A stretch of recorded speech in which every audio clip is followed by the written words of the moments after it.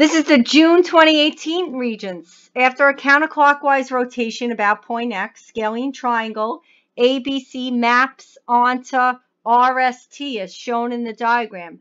So this is the pre-image. This is the original. I like to label that. And I'm also going to line it up. ABC maps onto RST.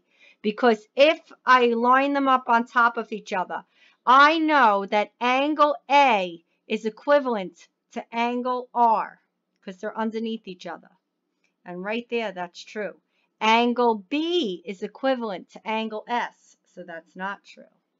Angle C is equivalent to angle T.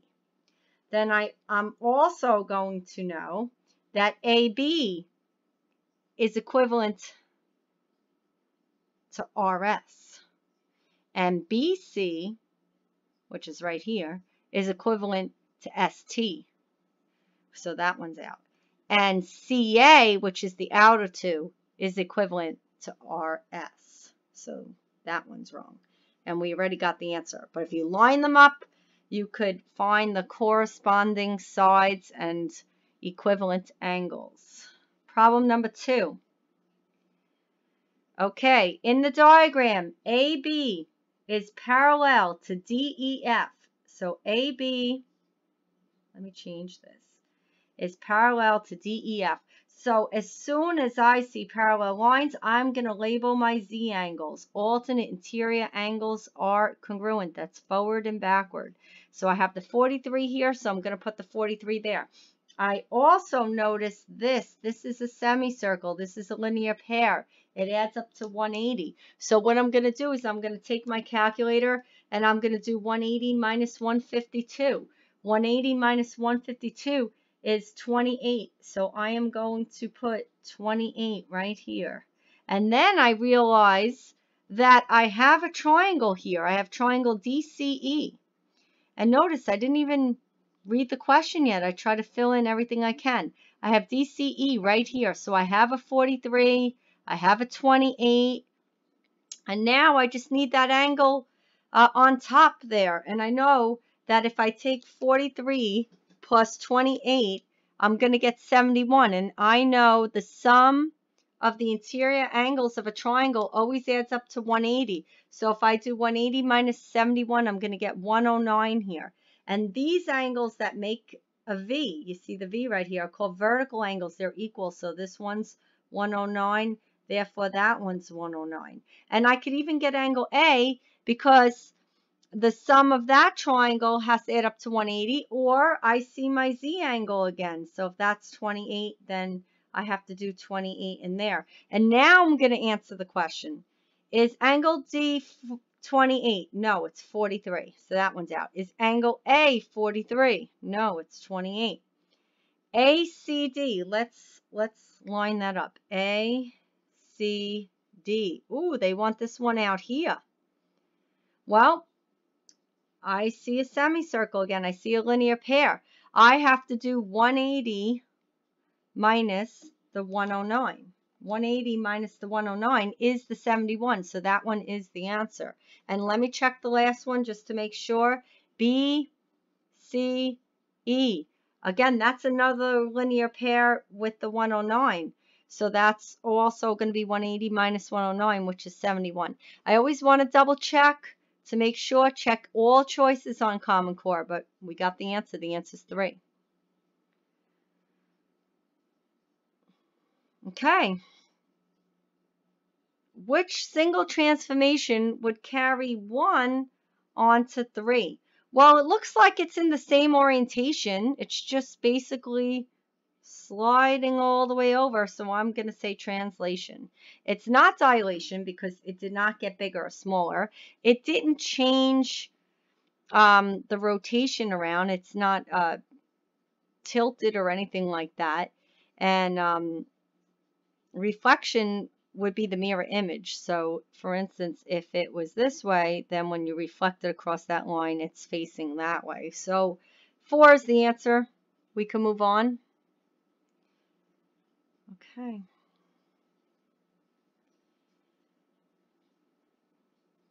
what is the length of CB? I'm going to mark it. I'm going to put an X next to CB. And I have to determine which angle corresponds to which angle. So I'm going to read and see. It says here 115, and I see a semicircle. I see a linear pair. So I'm going to do 180 minus the 115, and then I'm going to realize that it's 65. So these two angles are equal. So I'm going to line up D is equivalent to B. Angle D is equivalent to the angle B in that triangle. And we know these are called vertical angles, and vertical angles are always equal. So I am going to say C is equivalent to C. And now what's left over of this little triangle? DCA. And what's left over of that bigger triangle? It's BCF. Now I have my corresponding sides because these are similar triangles. How do I know they're similar triangles? Because we have angle and then angle. And whenever you have angle, angle, the sides are in a proportion. So we want CB. So if we want CB, I am going to put it over its corresponding side, which is CD. So I'm going to do CB over CD. So who's CB? That's your X. Who's my CD? That's the 7.2. Now, what other side am I given with the bigger triangle? Because that's who I started with. You have to start with the same corresponding side. So it looks like I have CF. It looks like I have CF. So if I have CF, that must go over CA. So I'm going to write that out. CF over CA. Now I have the corresponding sides. So CF happens to be 21.6 and CA is 9.6. And now I could cross multiply. I'm going to do 21.6 times 7.2. And then I'm going to take that answer and divide by 9.6, and that will solve for the answer.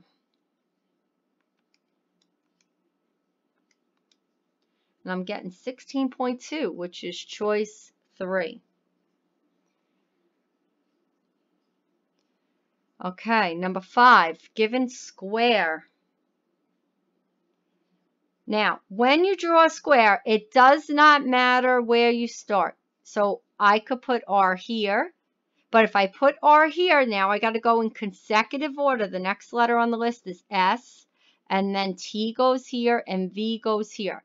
If I started, by the way, with R here, then you go S, T, V. Doesn't matter. You just can't do this. You can't take your R and then shove the S over here and hop over. You have to go in consecutive order. So let me just erase these. So it's very important. Just pick any corner you want and just go around in order of, you know, how they labeled it. It has to be in consecutive order. So they gave you RS is 9, and I know that all the sides of a square are congruent. So now it's dilated. That means multiplied. It's dilated by a scale factor of 3. That means each side is multiplied by 3, multiplied by 3, multiplied by 3, multiplied by 3. And notice the 27's there. Now they want to know what's the perimeter of the image after the dilation. Very important, after the dilation. So perimeter just means add all the sides. So you just take 27 plus 27 plus 27 plus 27, or 27 times 4, which is 108. So it's number 4. Okay, number 6. In right triangle ABC, very important, you have to draw a right triangle, which means that there's a right angle and the hypotenuse is always opposite the right angle. So they said AB. It doesn't matter if you put A up here and B here, or maybe you put A here and B here. Does not matter. And then you just shove the C where it belongs, which must be the right angle. Now, AB has a length of 26 and side BC has a length of 17.6. What's angle B? Well, when we have a right triangle and they're talking about angles, we're going to think SOHCAHTOA. You have to make sure you're in degree mode. So you should hit your mode button on your calculator. And let's see, you have to go to the angle given. The angle given was B. That's what we want. Whatever the angle they want or the angle given. We don't have opposite. We do not have opposite the angle. We have hypotenuse and we have adjacent. So we're going to use cosine. There'll be one of these on every Regents where you're solving for the angle. When you solve for the angle, you have to hit the second key. You have to have it say cos to the -1 because we're doing cosine of 17.6 over 26. So you have to hit the second button, then the cosine, and then you just plug in the adjacent divided by the hypotenuse. And when you hit enter, you're going to get 47.3, which rounds down to 47. It does not round up. That's number 6. Okay, number 7. Going to go right to the question. What is the volume of the greenhouse? Well, it looks like we have a cylinder sliced in half here. So you could go to the reference sheet. The volume of a cylinder is given. It's pi r squared height, but you have to divide by 2 because it's half. And then we have a rectangular prism over here, which is length times width times height. That one you just have to know. I want to check units. 20 feet wide, 12 feet high, 45 feet long. Order doesn't matter when we multiply, so I'm just going to multiply length times width times height. They're all in feet. It looks like we want the answer in feet.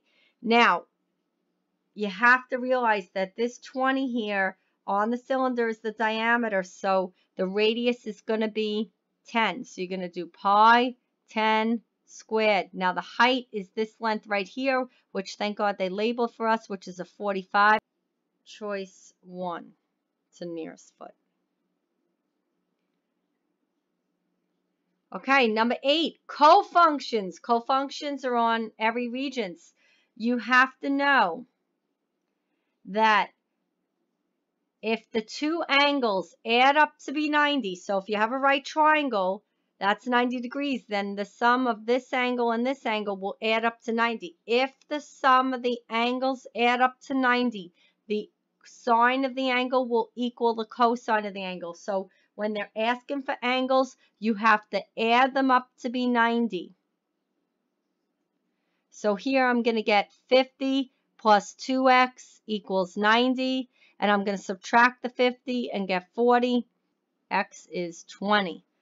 2x, 40 divided by 2x is 20. And then the answer is choice 1. If they want the answer, if they said the sine of A equals a value, and the cos of 90 minus A equals a value, then you set the answers equal to each other.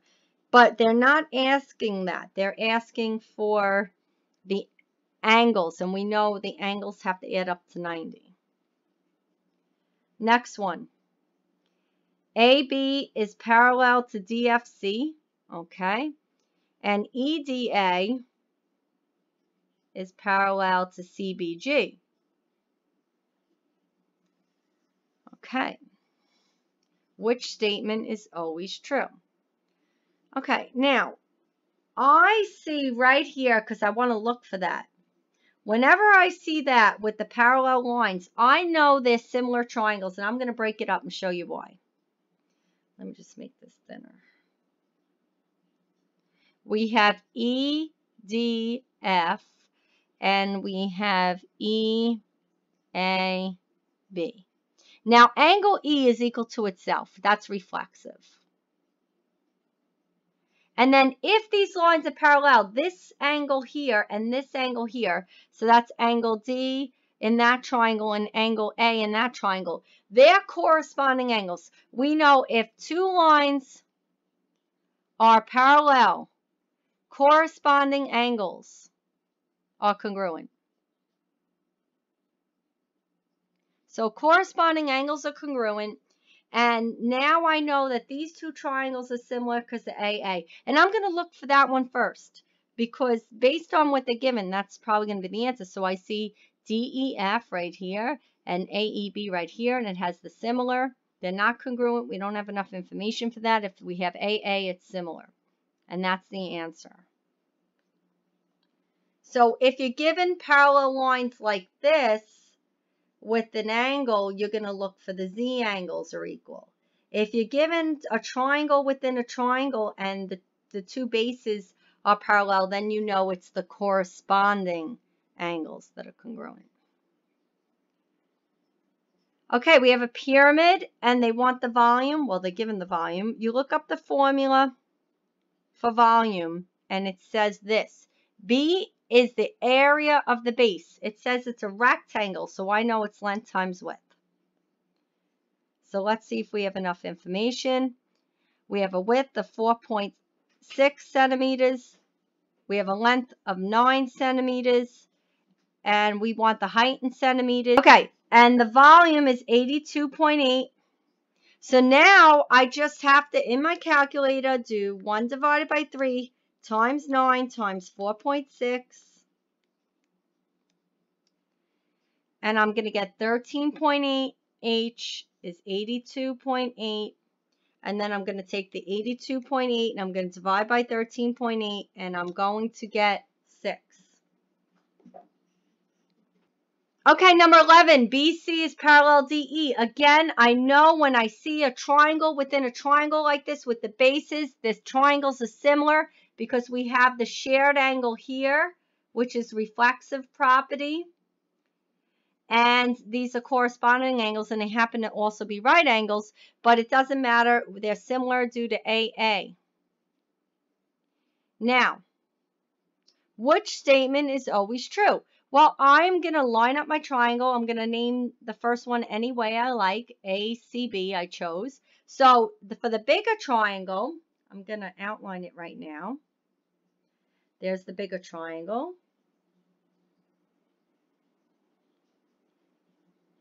With the bigger triangle, A corresponds to A, C corresponds to E, and B by default corresponds to D.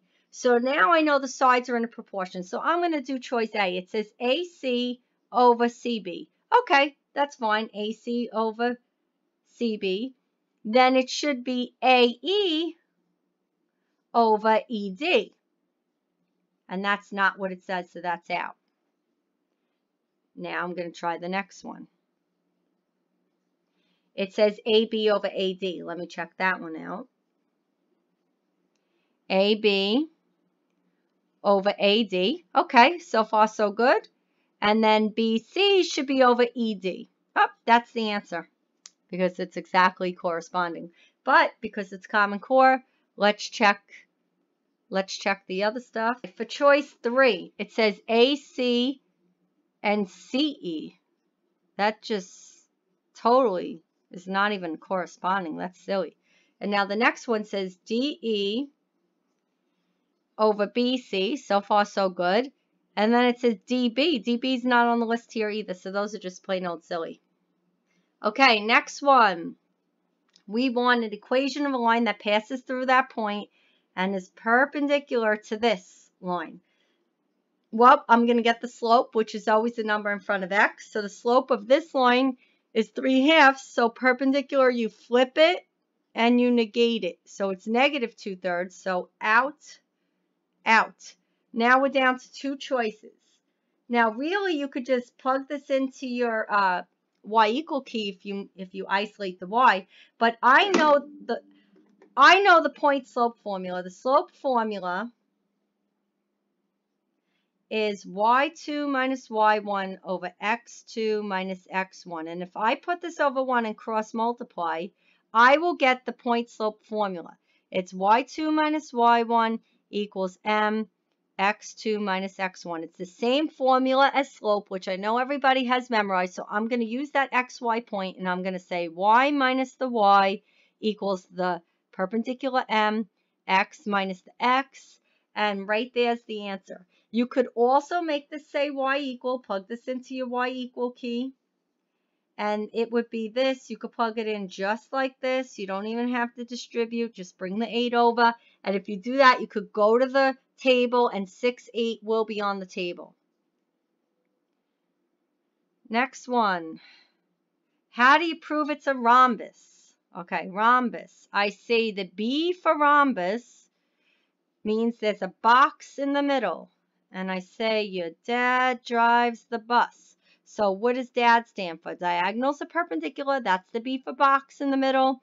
The diagonals bisect the angles. That's what the B in the middle means.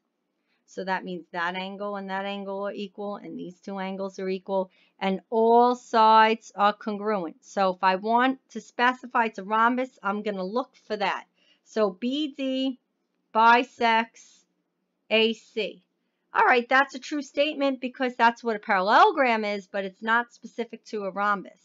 AB is parallel to CD. Again, that's true for a parallelogram, but not specific enough for a rhombus.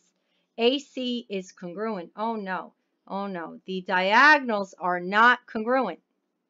That's true for a rectangle, but not a rhombus. But AC is perpendicular, yes, because we got the box in the middle, the box. You definitely have to know the difference between rhombus and rectangle. Number 14. I'm going to label x1, y1, x2, y2. Okay.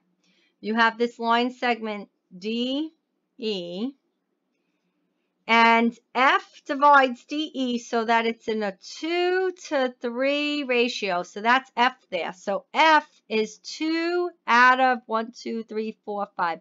2 out of 5. That's the ratio. It's always the first number over the sum. And this is on every test. And I'm going to say x1 plus rocks, y1 plus Roy, where we should know change of an x is the 2 minus the 1, and the change in y is y2 minus y1. Now I'm just going to plug in x1 plus that ratio, which is 2 out of 5, x2 minus, then you look x1, so that becomes a plus. And then the other one is y1 plus that same ratio, and it's y2 minus y1, and that's a plus sign. And then now I'm going to plug it in. -4 plus 2/5 times 1 minus minus 4, and I'm going to get -2, and then I'm going to do -2 plus 2/5, 8 minus -2, and I'm going to get 2. So the answer is -2, 2. So if this confuses you, I just tried to make a sentence, x1 plus rocks, y1 plus Roy. Okay, they want you to find the area of this triangle, and you cannot count boxes. So what I'm going to do is I am going to put a box around it, connecting it exactly where the vertices are. And I'm going to count the boxes now. 1, 2, 3, 4, 5, 6, 7, 8, 9, 10, 11, 12. There's 12 here. There's 1, 2, 3, 4 here. There's 1, 2, 3, 4, 5, 6, 7 here.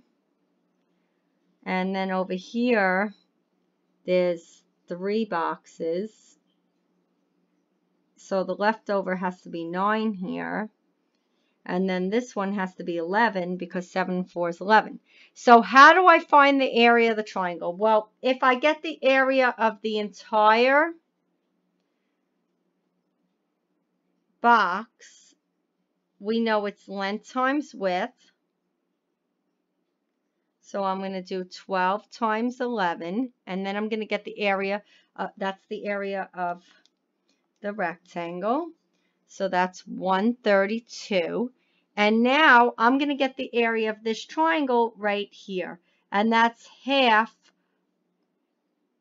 of 12 times 4. So half of 48 is 24. So once I erase that one, so I'm going to use a different color. I'm going to erase that one because I'm going to subtract it out. And now I'm going to get the area of the triangle over on this side. It's half of 3 times 11. So half of 3 times 11 is 16.5. So I'm also going to subtract the 16.5, and then that piece will be gone. And now I just have to do this triangle here and do half of 9 times 7, which is 31.5. So if I subtract also a 31.5, then I'm left with the area in the middle. So I'm going to do 132 minus the 16.5 minus the 31.5 and minus the 24, and I get 60. And that's the area of that triangle. Okay, rotate. Which figures form when ABC is rotated about BC? So we're flipping it across BC. We're flipping it across BC. I guess the height's going to be 3.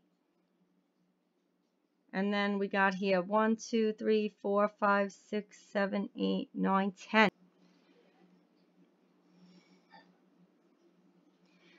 So it looks like the diameter is 10, so then the answer is choice 3. That is a really hard one. How many degrees are in dB?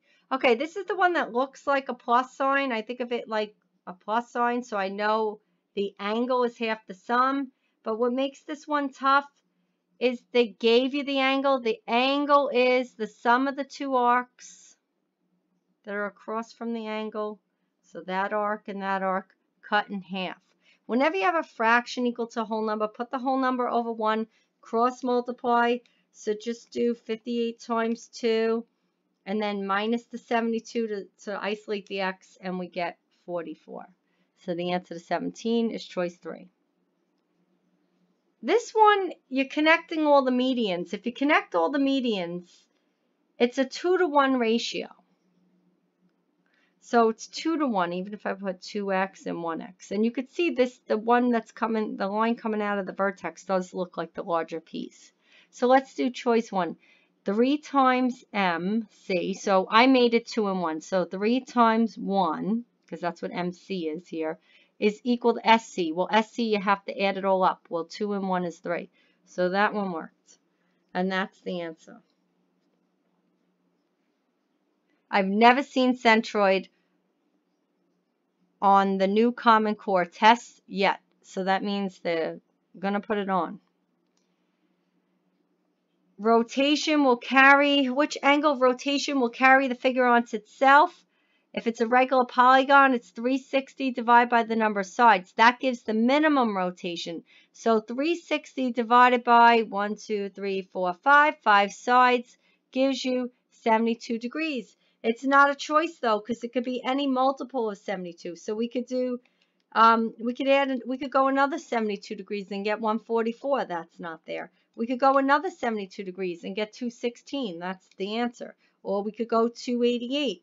Or we could go 360. Just keep adding 72. Let me get the center of the circle. 1, 2, 3, 4, 5, 2. 5, 2. And then the radius is 1, 2, 3, 4. It looks like the radius is 4. Okay, they totally, this is one where you have to go through every choice. So I'm going to start with choice 1. X squared plus 10x plus blank. Y squared plus 4y plus blank equals negative 13 plus blank plus blank. Okay, you have to complete the square here. What's half of the 10? 5, and then you square it. What's half of the 4? 2, but then you square it, and that's what you add to both sides. But this number here on top is the opposite sign of the center. So if this was the answer, the center would have been negative 5, negative 2. So I know choice 1 is out. Now I'm going to work on choice 2.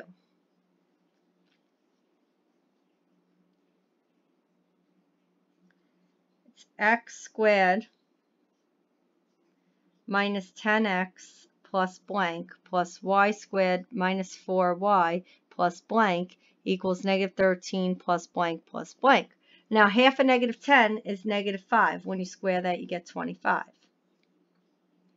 Half of negative 4 is negative 2. When you square that, you get 4. So now here, the opposite of these would be the center. So do we have 5, 2? Yes. So this one might be it, but I just have to now get the sum of -13 plus 25 plus 4, and I'm getting 16. 16 represents r squared. So that is definitely the answer because the radius is 4 here. So the answer to number 20 is choice 2. Next one, they said that ST is parallel. If it's parallel, I'm allowed to use the side splitter theorem. They want QR. They want the whole thing here. So I'm going to get the whole on this side, which is 5 plus 2. I'm going to do, I have lower here. I'm going to do lower to whole equals lower to whole. So I'm going to do 5 to x on this side, and I'm going to do 2 to 7 on that side, and I'm going to get 35 is 2x, and then when you divide by 2, you get 17.5. That's number 21. Number 22, arc length. Arc length is pi d times the angle over the 360. And if the radius is 6, the diameter is 12. Now, they didn't complete this. I'm looking at the choices. 12 divided by 36 is 1/3. They left it like this, which makes it confusing. You could have just plugged it all in and went through the choices, and choice 4 is the only one that will work. Number 23, line segment CD is the altitude drawn to hypotenuse EF. So let me do hypotenuse EF. I know that's always opposite the right triangle. And then it said CD is drawn. Now, I don't know if does C go here or here. Let me keep reading. It says EC and E and then EF. So I guess, oh, it says in right triangle ECF. So this got to be CD. Okay. It said the triangle ECF. Okay, so by default, C had to be the right angle.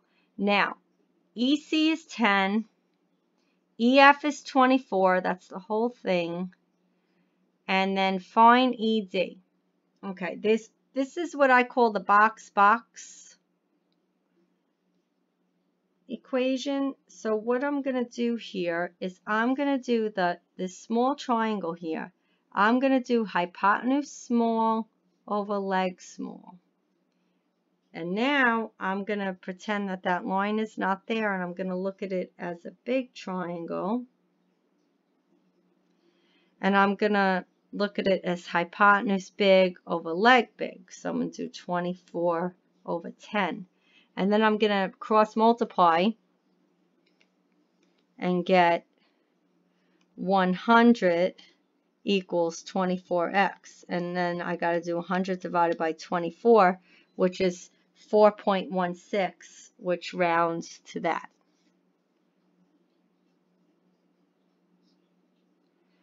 All right, number 24. Line MN is dilated by a scale factor of 2. Okay, when you dilate a line, there's two possible answers. It's either the same line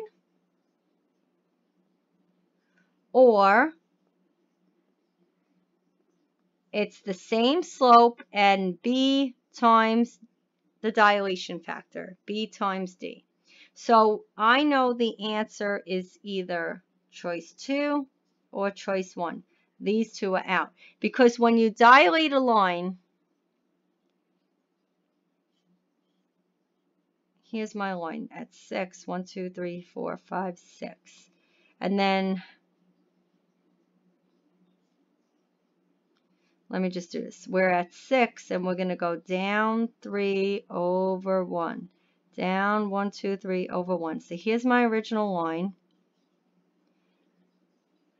And now we're dilating it through the point 0,6. So 0,6 is already on the line. So if we dilate it through a point already on the line, it's just going to be the same line.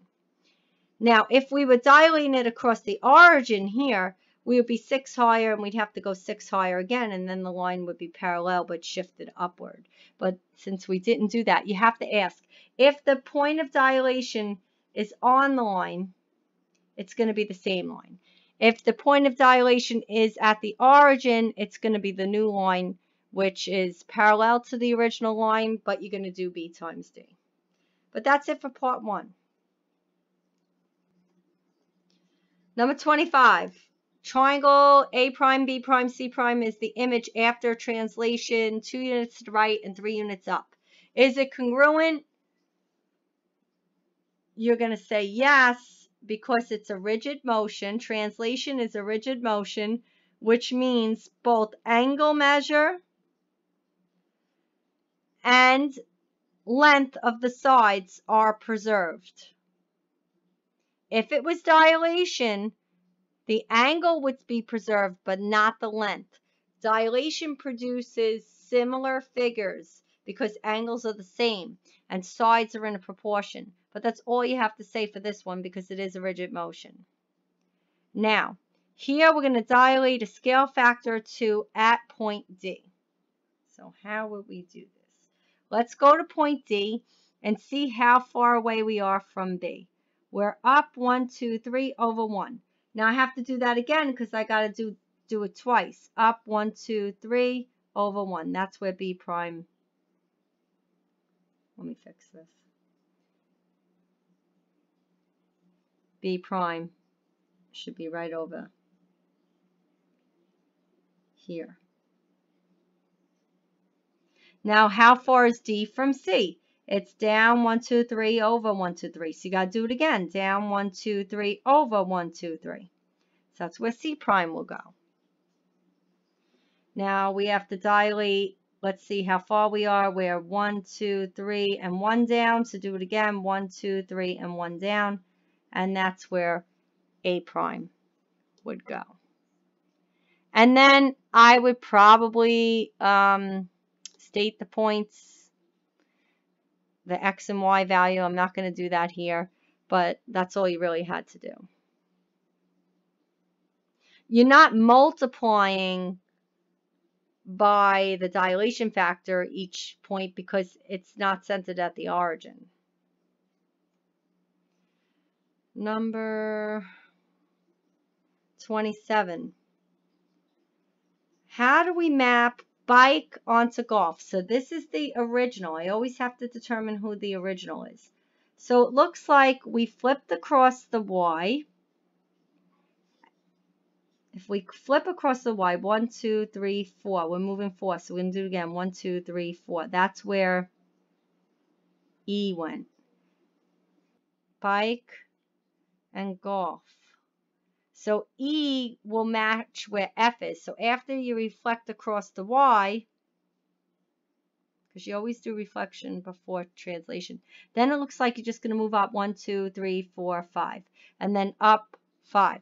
Now let me check. I'm going to do this one. 1, 2, 3, 4. Do it again. 1, 2, 3, 4. This is where K will end up, or the I, and then you're going to move it up 1, 2, 3, 4, 5. And I meant I went to O, not K. Sorry about that. I and O correspond to each other. Right here. That's why I lined them up. RS is 6. ST is 4. I'm going to get the whole piece, which is 10. RP is 15. What's the length of RQ? Okay. This is the outer hole, outer hole. So the outer here is X and the hole is 15. The outer here is 6 and the hole is 10. So 15 is 60, so X equals 4. Number 29, I need a compass. I want to construct the median to side AC. So what you're supposed to do with AC is put the compass here, the point here, and you want to go more than halfway and make an arc.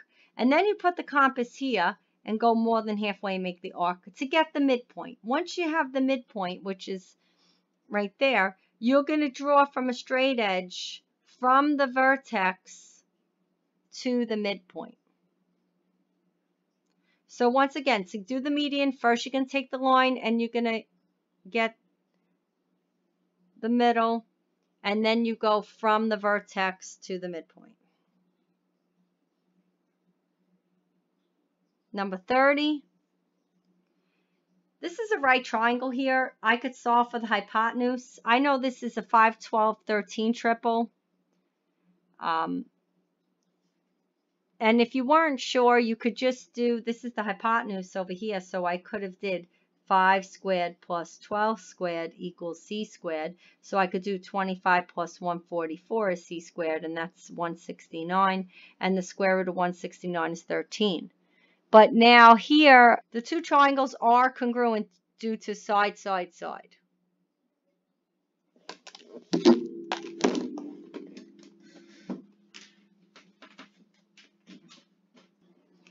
Margaret says they're similar. Well, I want to tell you, if the triangles are congruent, they're automatically similar. You could think of it that way. And if they have AA, then the third angle is going to be congruent.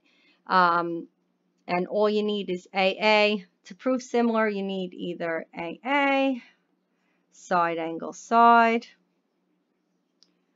or side, side, side to prove similar. Number 31.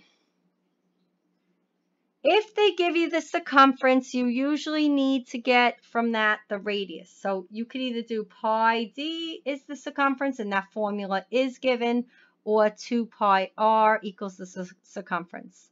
Now the problem with using this formula is you have to use parentheses if you do it in one shot in the calculator, because the calculator knows PEMDAS. So I'd rather use this formula. I'd rather take my circumference and divide by pi and solve for the diameter. I'd rather just do it separately. So I'm going to take the 29.5, I'm going to divide by pi, and I'm going to get the diameter as 9.39, and then I'm going to cut that in half. So I'm going to divide by 2 and get this number for my radius.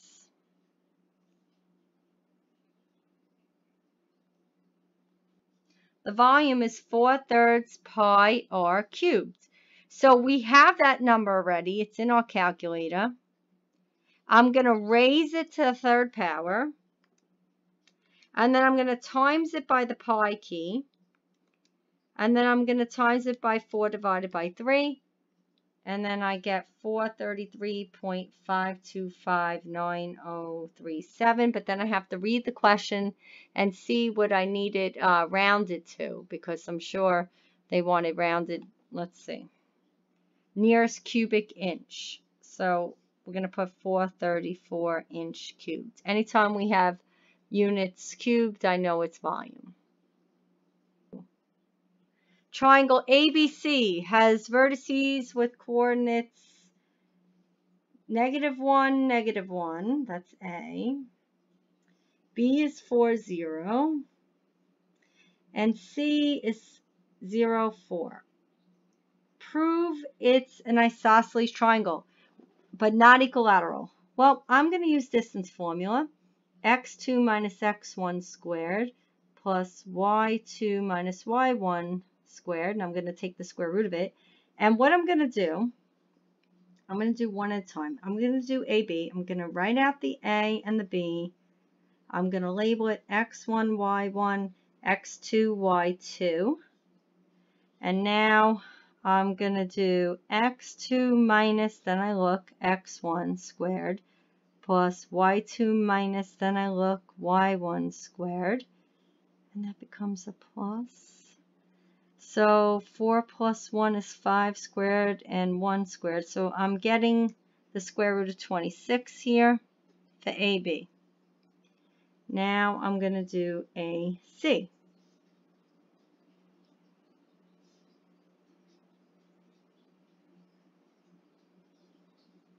Okay, for AC it's -1, -1, and C is 0, 4.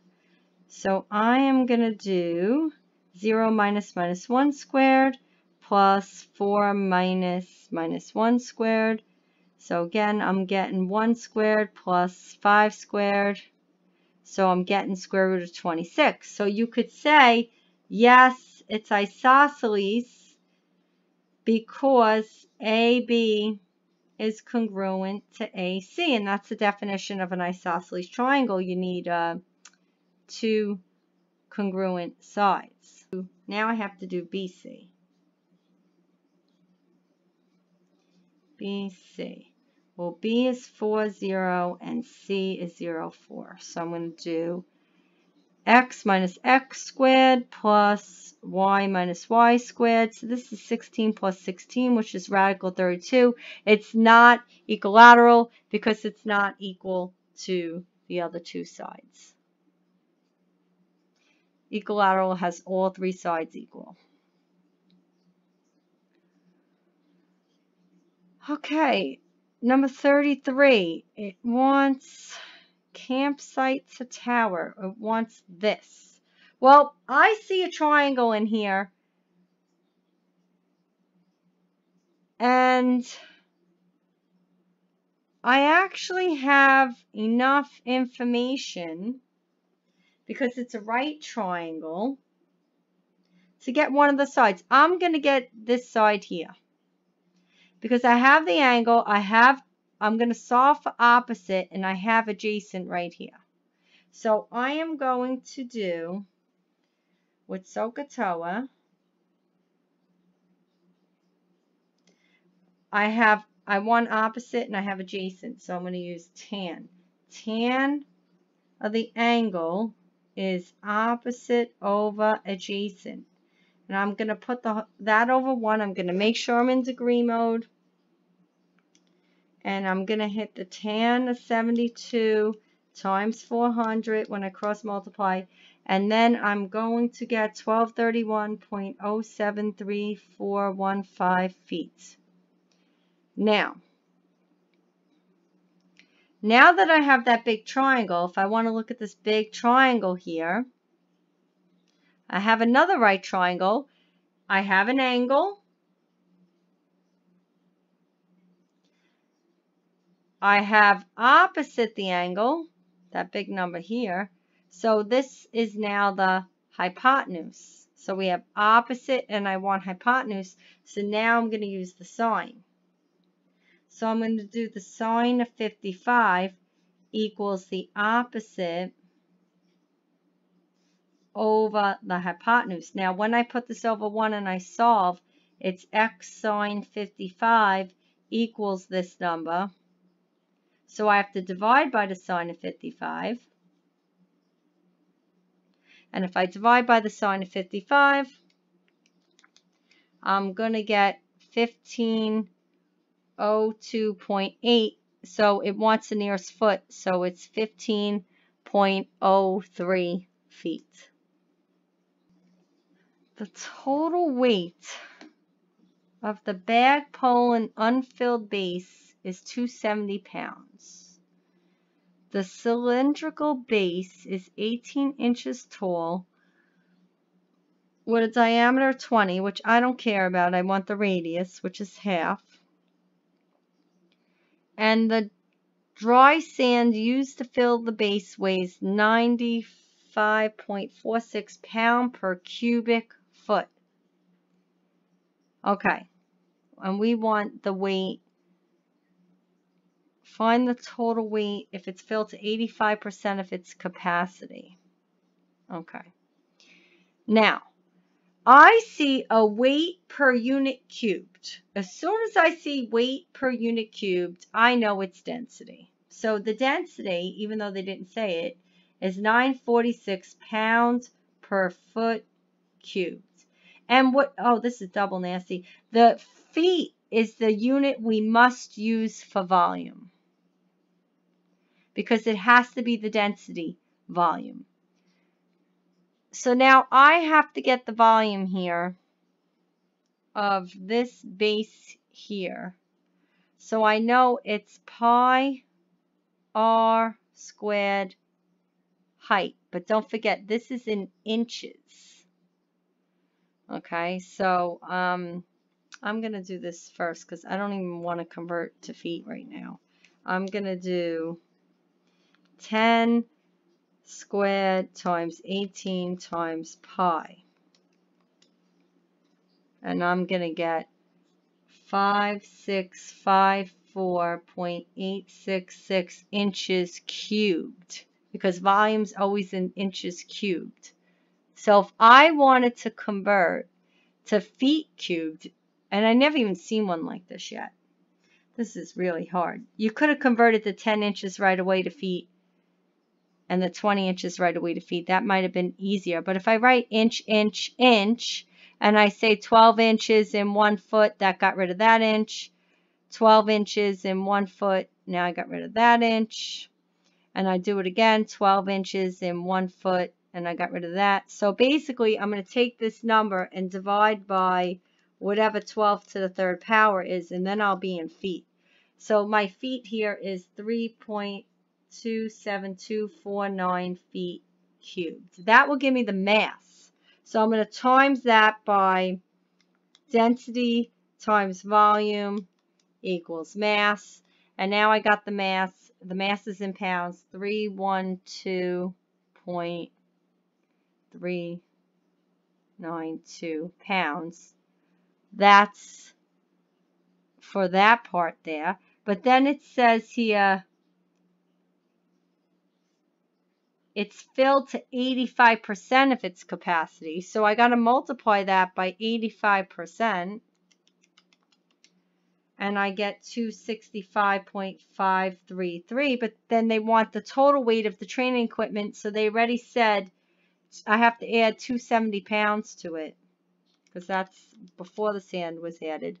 And then I get 535.5, or to the nearest pound, 536 pounds.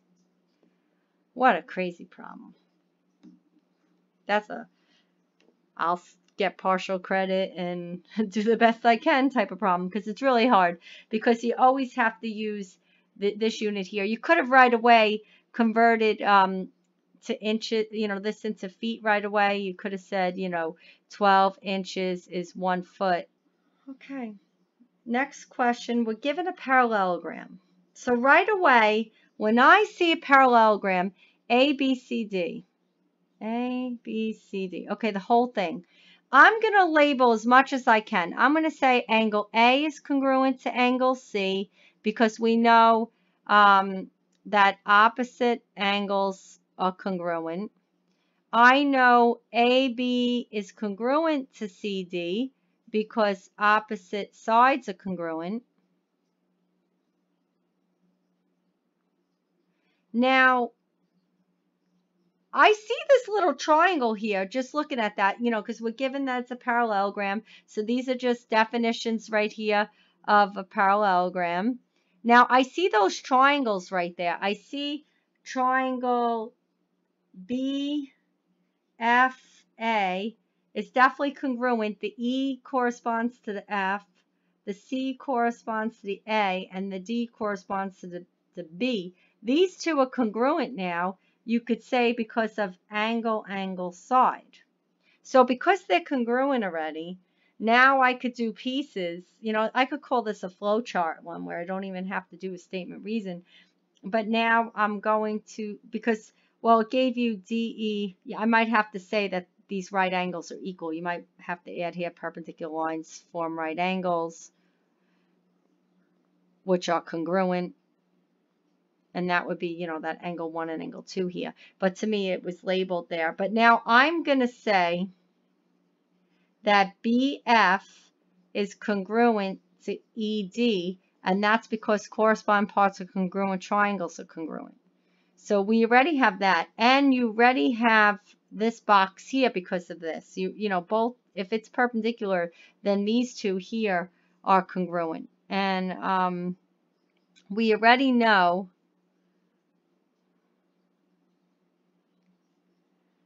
that now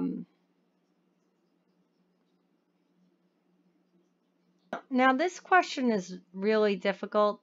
I think the next part, proving it's a rectangle, because what you have to realize here is you have a box on top and a box on top. So these are like corresponding angles. And if the corresponding angles are congruent, then the lines are parallel. So I know that BF is going to be parallel to ED. because we have corresponding angles are congruent. They happen to be right angles. But then you know that if I go in order, FD, because it doesn't matter order, EB, as long as I go consecutive, FDBE is a parallelogram. How do I know it's a parallelogram? Wait, let me fix this. I don't like what I'm doing here.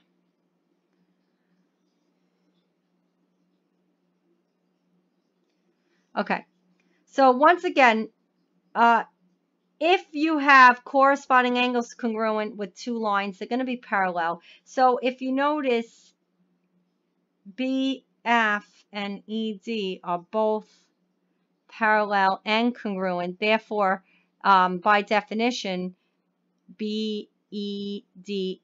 is a parallelogram. And once it's a parallelogram, you could say it's a rectangle, because if a parallelogram has a right angle, it will be a rectangle. And I've never seen one this complicated on this particular Regents yet. So again, if you got partial credit for being part right, it's like good enough to pass. But I think this one's very challenging, because you'd have to know, you have to first state that it's a parallelogram, and then you have to know, like, if there's one angle that's a right angle, and then we know opposite angles are equal and consecutive angles are supplementary. By default, you'll have the 4 right angles, and if you have 4 right angles, you'll know it's a rectangle.